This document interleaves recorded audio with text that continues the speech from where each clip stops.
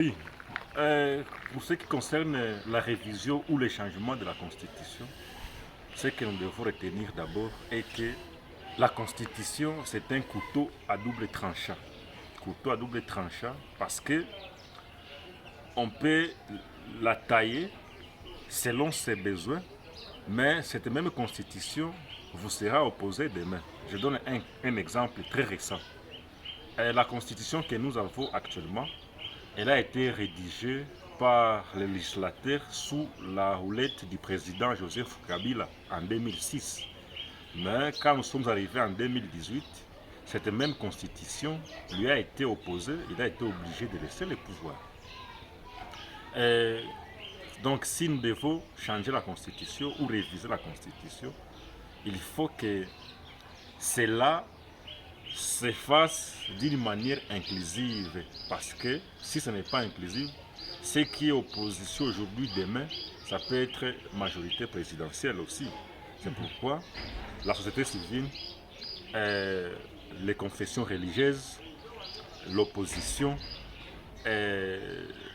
les partis au pouvoir doivent se mettre d'accord pour qu'il y ait un changement de la constitution qui est consensuel.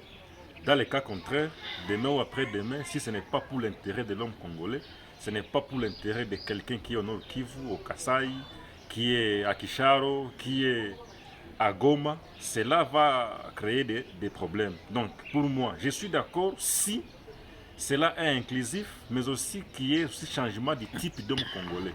On peut avoir une constitution qui est taillée même au ciel, telle que Ésaïe 33, 22 dit que Dieu est notre législateur. Il peut envoyer ses anges ici pour venir rédiger notre constitution. Si on n'a pas encore changé le type d'homme congolais, cette même constitution ne va nous aider à rien. Donc nous devons travailler, l'adapter aux réalités du pays, mais aussi que l'homme congolais soit changé. La constitution est rédigée par l'homme. Et c'est l'homme qui doit se conformer à ce qu'il a rédigé dans la constitution.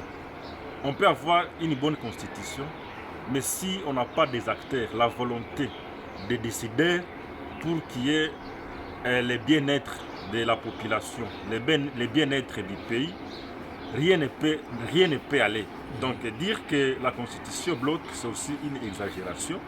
Bon, mais aussi, s'il y a des articles qui n'avantagent pas, qui est un avancé positif, on peut toujours les réviser et qu'on trouve aussi les types d'hommes qui ont la volonté d'aider les pays d'avancer.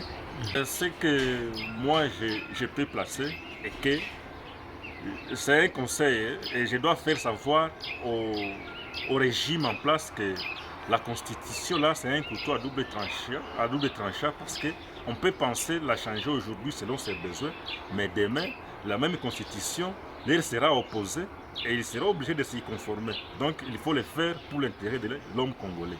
Merci. Merci beaucoup. Bravo.